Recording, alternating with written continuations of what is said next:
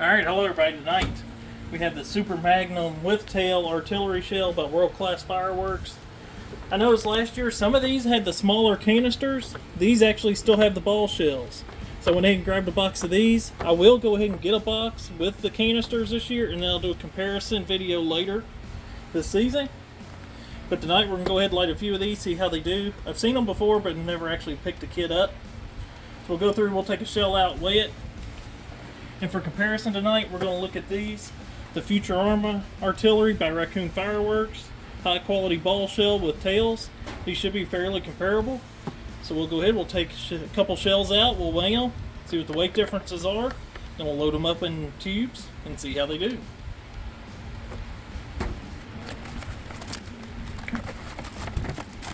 Alright, tube's a fiberglass tube on an MDF base.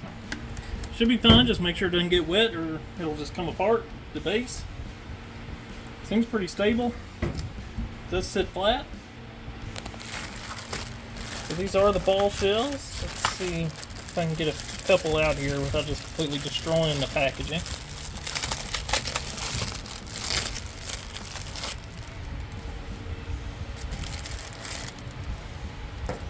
Okay. A couple of those.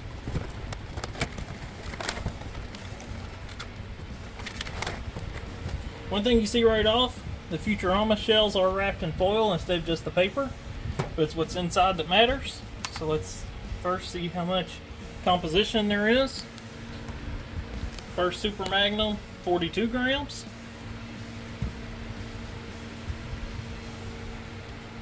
$43. The Future Arma, 41. 44. So they're in the same weight ballpark. Let's go ahead and load them up. We'll take them outside, see how they do.